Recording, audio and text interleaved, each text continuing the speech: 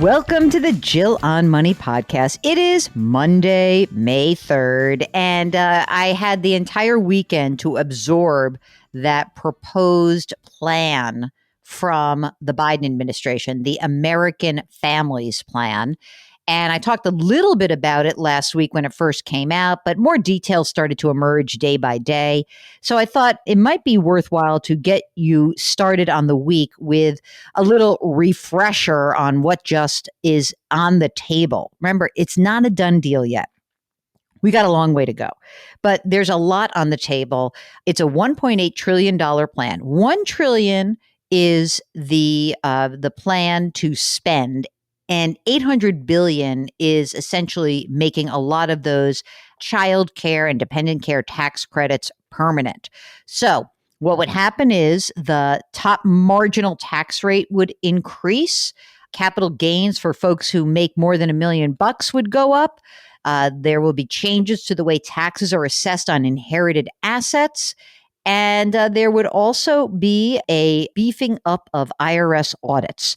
I talked about this over the weekend because why take a weekend off if you're Jill or Mark, frankly? I was able to appear on CBS This Morning, the Saturday version. So here is the segment, sort of a broader economic segment, but we do weave in a lot of the Biden plan. So check it out. Here is the segment from Saturday morning. Jill, good morning. And let's start with the latest. It's the third big, near $2 trillion spending plan that the president has proposed. What were your key takeaways and what are some of the details you can share with us? Well, I think what's interesting is that the Biden plans taken together, they're like the trilogy, right? We had the American Jobs Plan, the American Rescue Plan, and now we have the American Families Plan. And the major theme of all of them is a central one that's really different. It is that government is important in helping American families and the American economy.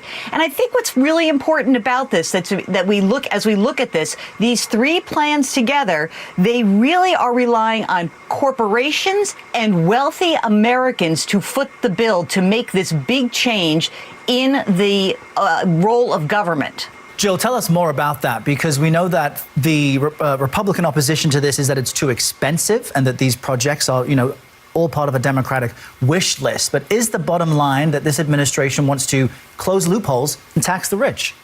Well, I think that there's a combination of factors here. You look at this recent $1.8 trillion. It's $1 trillion of spending over 10 years. It's $800 billion of making tax credits permanent. And the way that this is happening is primarily by raising taxes for the wealthiest Americans. The administration says it's for the top 1%. And the four aspects of that plan would be to actually raise the top rate to 39.6%. That's where it was before the Trump tax cuts of 2017. It's raising the top capital gains tax rates for those people who make more than $1 million. It's changing the way estate taxes are levied on people who pass assets down through a generation.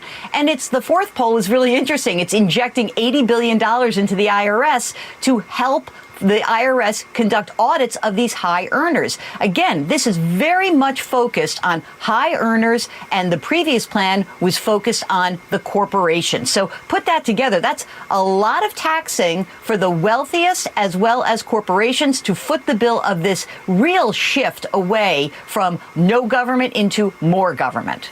Joe, when we talk about coronavirus recovery health-wise, so more than 100 million Americans vaccinated now, we just mentioned.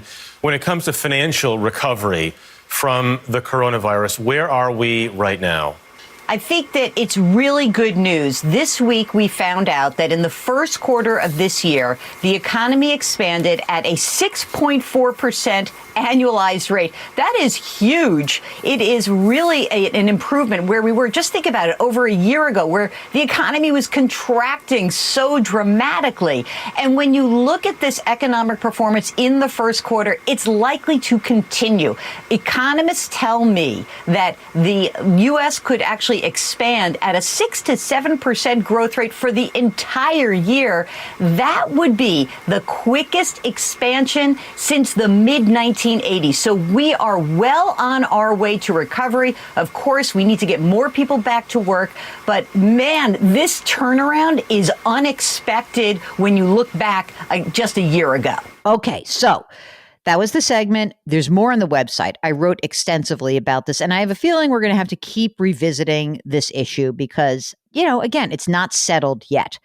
And if you've got questions and you feel like you want to make a move very quickly, please give us a holler before you do anything. Our email address is askjill@jillonmoney.com.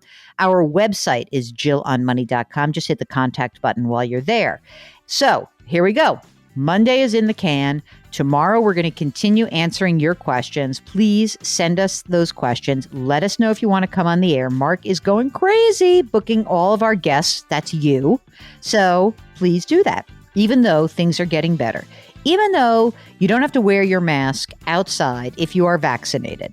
I'm still telling you to wash your hands and wear your masks, especially if you're inside, and maintain your physical distancing, and to try to lift somebody up today. Start your week off correctly on the right foot or the left foot, whichever foot you want to put in front of you.